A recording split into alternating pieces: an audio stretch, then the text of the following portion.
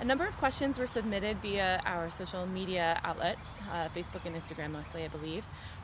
So I've got those questions right here, and we'll see if I can help you guys out. The first question was, I was given a gift of bulbs. How long do they last? Years? And it really depends on the type of bulb you received. I'm not sure what your gift was, but basically if it's anything that wasn't a tulip, you're in good shape. Things like daffodils can last for years or even decades. The same could be true for minor bulbs such as some of the fritillarias, scilla, hyacinth, iris reticulata, a lot of those smaller specialty bulbs that you'll see occasionally in the garden centers. Those can naturalize, which means they will self-propagate and create more little bulbs in the ground. And for some of them, if they're in a happy place, if they're well sited, they can give you years and years of show. I will say sometimes daffodils, if they get in too much shade or after a long time, sometimes you'll just see foliage and they'll stop blooming. Give them a little bit of compost during the summer. They just need a little bit of nutrients to get them going again, and they should return in full force. Let's see. The next question is, I loved the tall verbena in front of the lily house late summer last year. Were they grown from seed? If so, when do you sow the seed, and where did you get the seeds? Okay, so last year was actually the second year that I had verbena in that bed, because the first year, 2 years ago, I had it in the beds, and they go crazy with seed. That is one of the plants that I would recommend if you are looking for a cottage type garden and you want something that is going to self-sow. Verbena bonariensis is going to do it for you. And in fact, I have to go through and judiciously pull out the seedlings that I don't want. They're really easy to pull, but they can get to be a pest if you don't keep after them. I did not grow them from seed the first year. We actually had one of our local growers grow them for us. We usually get them in 1801 flats, which is a smaller flat size. But yeah, so you can start them from seed, and they will be full blooming plants by July, end of July probably, and then you will have them forever thereafter. As far as where you can source them, I mean, just Google some of the retail places. I found some at Select Seeds, Johnny Seed, Park, Burpee. Just check your seed sources, and there should be some available. I will say I would wait to sow that until May, when the soil warms up a little bit. If you put them in too early, they'll sit there for a little while, but it's probably a little early yet for those to get sown.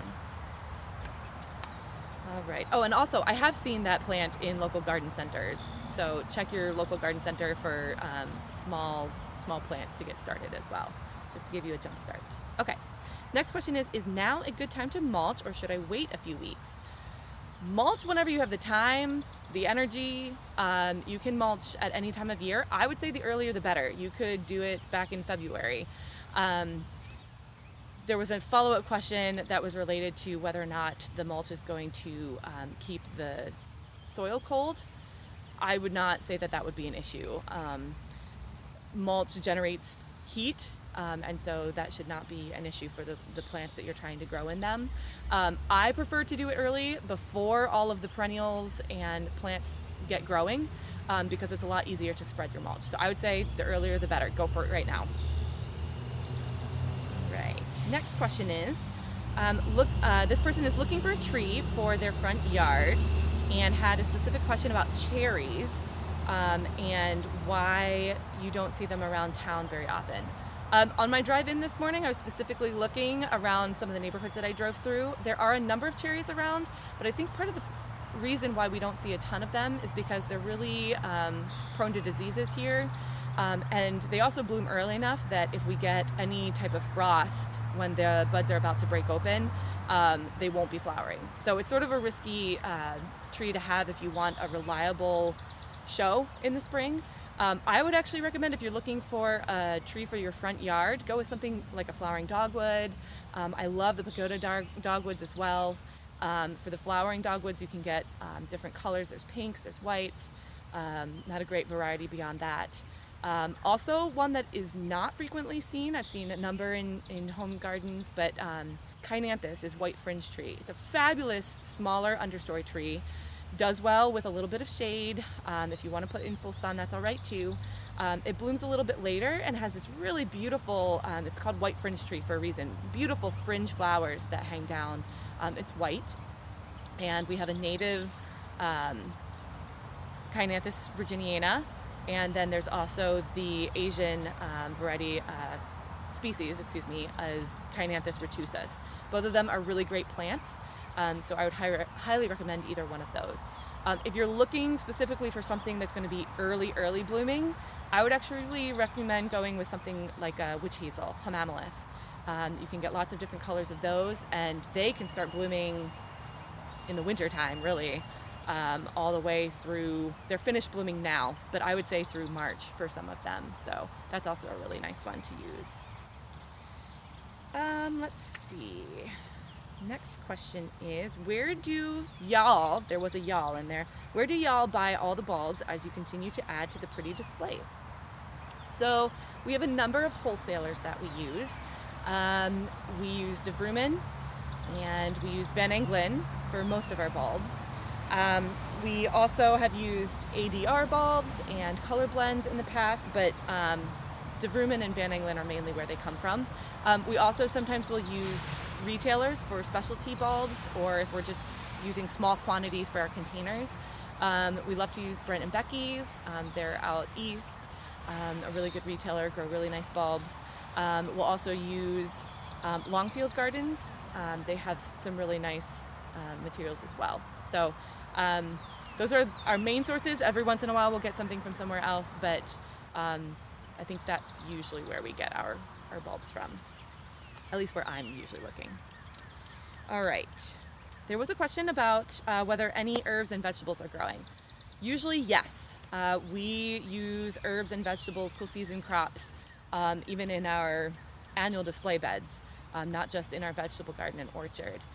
Sadly, this year, because of COVID-19, all of us are home except for the occasional visit to check on things here in the gardens and water and whatnot.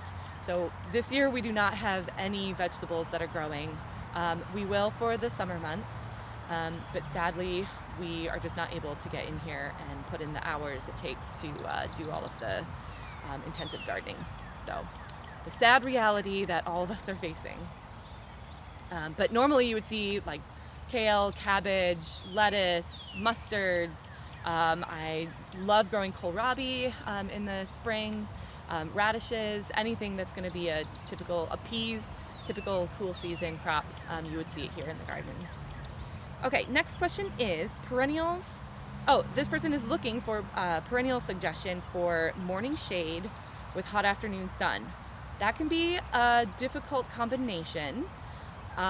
Most plants that are going to thrive in hot afternoon sun want like a full 8-hour spectrum. However, generally speaking, I would recommend looking for sun perennials that tolerate part shade conditions as well. And there's some really good plants out there that would tolerate that. The first thing that comes into mind would be Hellebore. That's one of my all-time favorite perennials. They do really well in both conditions, believe it or not. Most people think of it as a shade perennial, but it actually does very well in the sun. Let's see, Amsonia would be, I can't think of the common name for that, but any of the Amsonias would do well in those conditions as well. And let's see, Baptisia is a good one, which would be false indigo. That can take a little bit of shade, especially in the morning. So Baptisia would be one. I've actually seen that growing like along woodland edges before as well. So yeah, Baptisia is a really good one. Monarda, surprisingly. Bradburyiana is one of the native species, does really well with part shade conditions. They do appreciate the afternoon sun, but basically any of the Monardas, I would say, would be a good bet as well. And then some of the asters do really well in those conditions. So I would look in your garden center for the perennial asters. I'm not talking about like the daisies or like the fall potted mums that you're finding for autumn displays, but the true perennial asters would do perfectly fine with morning shade conditions as long as they're getting that good afternoon sunlight. Let's see. Question. I would like to know some good starter plants for a home garden. How do I select good soil? And are plants water snobs? And can I use any kind of water? Okay, multifaceted here. Okay, so first question is some good starter plants. Okay, so all of the ones that I just listed for afternoon sun and morning shade, those are all really good starter plants. They're super tough. They're able to handle multiple soil conditions. So I'd actually go with those for good starter perennials for sun. So the other thing I would say about this question is I would recommend, instead of trying to change the soil if you don't think it's ideal for growing plants, I would actually encourage you to work with whatever you have as much as possible. It's always a great idea to add compost. Compost fixes all sorts of problems, from poor drainage. It's one of those ironic things where if you need more water retention, add compost. If you need it to be better drained, add compost. It's sort of like the go-to for fixing all of the problems. You're going to get better nutrients. You're going to get better soil structure. You're going to be able to retain some moisture, but it's also going to be able to add the ability for water to get down into the soil, to the roots better. So compost is the answer to everything. And here in the gardens at Newfield, we use leaf compost predominantly. You can use mushroom compost, is really great. Even broken down pine fines are excellent if you need better drainage for things. And then even just regular mulch will break down over a year or two and add a really good soil component over years. But it takes years to really change your soil, like decades or 100 years. So that's why I would work with what you have. If you have something that's sandy, find plants that are going to be really sand-loving, well-drained, loving soils. There's a whole profile of plants that are going to be happy in those conditions. The same is true for wet conditions. So I would just encourage you to try to work with what you have.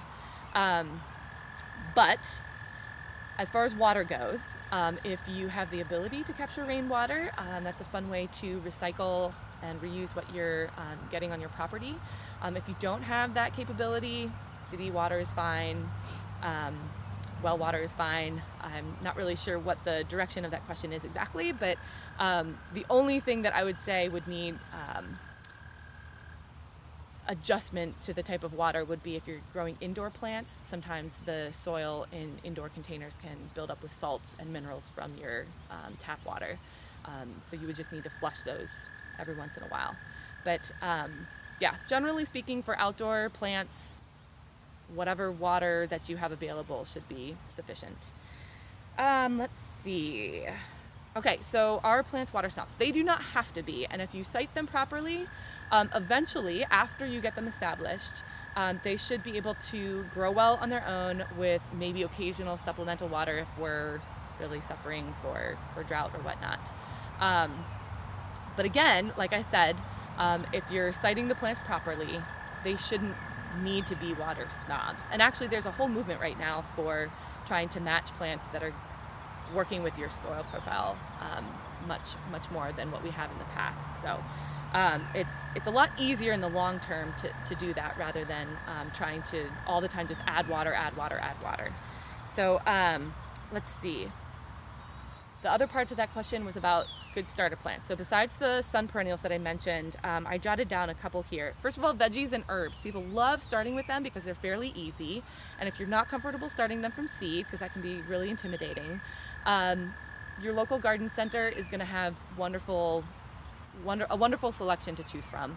I, in particular, love dill. It's really useful. I use dill in my cooking a lot. I use chives. Chives are super easy, and they'll actually perennialize for you, so you can keep them in a perennial bed, and they're beautiful in the spring. They have really lovely tiny lavender flowers with them.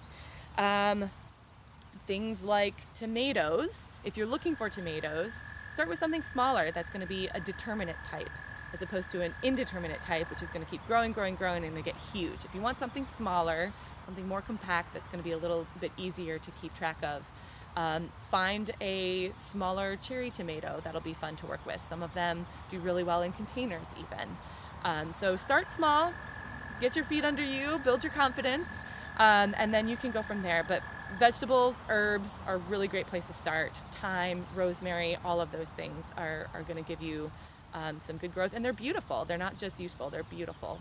As far as shrubs, my absolute favorite all-time shrub is oak leaf hydrangea. It works for so many different applications, sun, shade. It does pretty well in most soil types. It doesn't want to be drowned in really wet conditions, but just a really fabulous plant.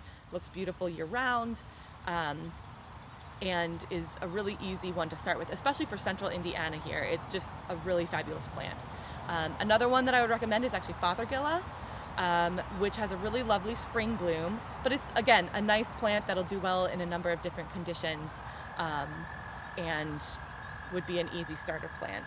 And then there's a bunch of different viburnums out there. I'm not even going to begin to list them because I don't know what sites you're working with. But there's pretty much a viburnum for every single application. So those, again, are easy plants to start with. If you are looking for shade perennials, I love ferns. Sometimes ferns can be finicky, but Christmas ferns in particular are pretty low-key. So if you have a dry shade spot, Christmas fern is sort of the way to go. Another fern that I really love is Japanese painted fern. That one needs a little bit more moisture, but if you have decent garden soil, that's a good one to start with. It's gorgeous. The Christmas fern is kind of nice because it actually stays semi-evergreen. So it'll be green all the way through till like January. It starts to look a little bit rough in February and March, but then it'll come roaring back during the growing season. So those are two really nice ones to work with. And wild ginger is also super easy. Some people think of that as a weed. That plant is fabulous. If you need a ground cover and you've got some shade, that'll take dry shade. That thing will take over your world and it'll be beautiful. And it works really well with other plants too. So even though it spreads slowly. You can manage it. It's a really great weed suppressant. So again, wild ginger, if you can find it, it's a really good one as well. And then I had mentioned earlier Hellebore. Hellebore is pretty much great in any application. Don't forget about bulbs. Bulbs for spring and summer are really easy. Daffodils, we have had it here in the gardens before where things have gotten dug up from squirrels or whatnot, and we'll find daffodils that are blooming sitting on top of the soil. Like, you cannot go wrong with a daffodil. Summer bulbs like lilies are really fun to work with. Allium.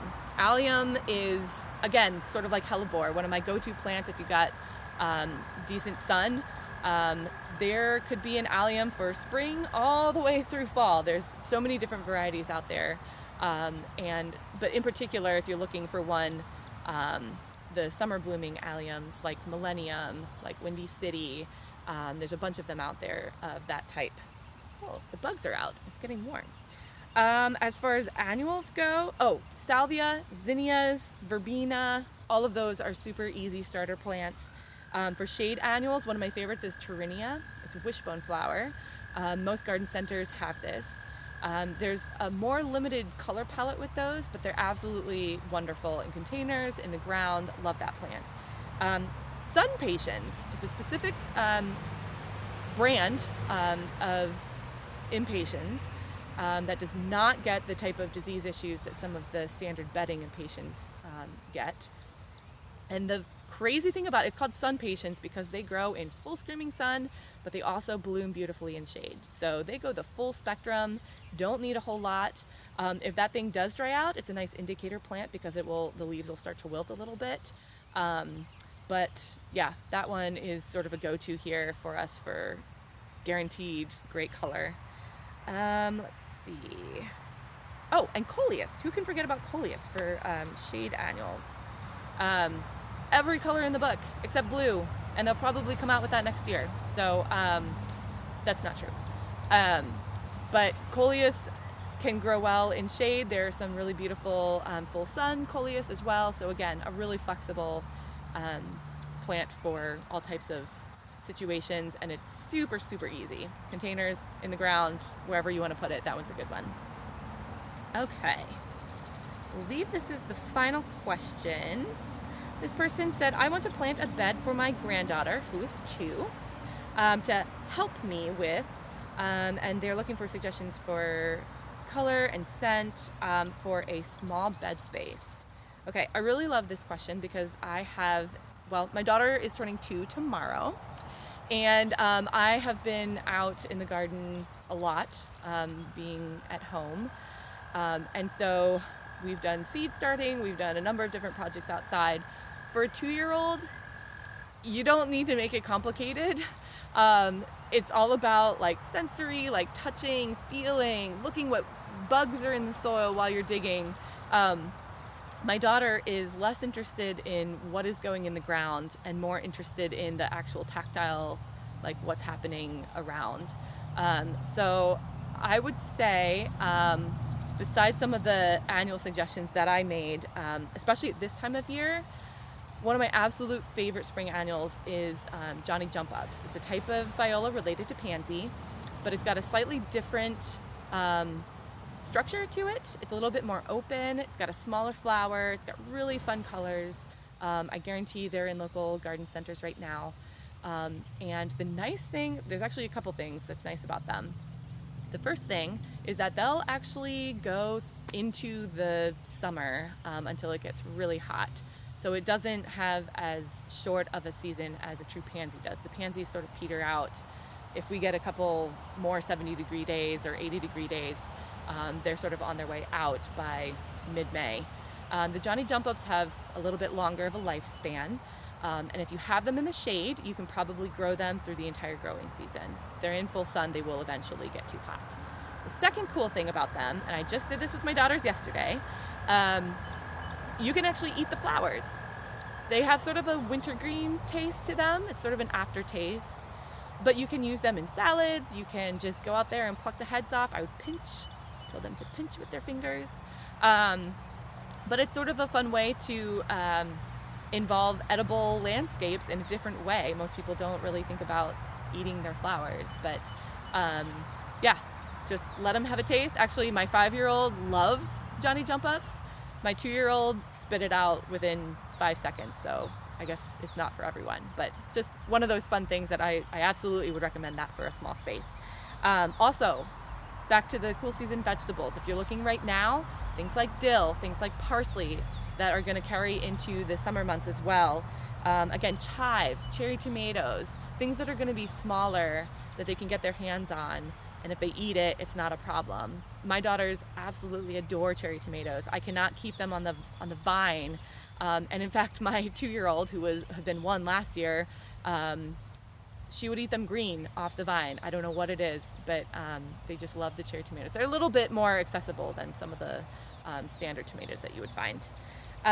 Things like snapdragons are really fun. That's a traditional plant, again, that will go somewhat into the summer season. Eventually they'll get hot and peter out, but snapdragons they're beautiful, they're fun colors, and you can play with the flowers to pop them open like their namesakes, the dragons. Another really great summer annual that I would recommend is Gomphrena. It does not have the scent, but it's really easy to grow. It doesn't mind dry conditions. It needs full sun, but they're little ball flowers. There's lots of different colors you can choose from. But again, most garden centers should have those, but they're really cute and fun to touch. They're a firm flower, so you can't really ruin them. And the other nice thing about those is you can cut them and dry them, and they'll retain their color really, really well. And then 2 others, can't forget about sunflowers. There are some really great dwarf varieties now that I would recommend checking out. You can get seed from any of your online sources, or I'm quite sure that a lot of the local garden centers would have something like that as well. Teddy bear is one that comes to mind. I'm sure there's a bazillion other dwarf varieties out there, but something that's smaller that isn't going to be way over their heads and inaccessible. And then the final one for scent, pineapple sage. Golden Delicious is one that you'll frequently see in garden centers around. But that is just an all-around fabulous annual to have. The foliage smells like pineapple. It's a wonderful, wonderful scent. It doesn't taste as good as it smells, but if they eat it, it's not going to be detrimental. It doesn't have a flower until very late in the season, if at all. It'll be a bright red spike flower, but it's a different salvia than what people are used to. You'll probably find it in with the herbs and vegetables, but I frequently and my coworkers as well, we frequently use that annual as a great foliage plant in our planting designs. It gets fairly big and robust, a couple feet wide and tall, but it has a really wonderful, like lemony gold foliage, and if you brush against that, it just releases this wonderful, warm, delicious scent. So that again is one that I would highly recommend. So I hope that this was helpful for some of you. Give me a holler on the Newfields Facebook page if you have any further follow-up questions, and happy planting!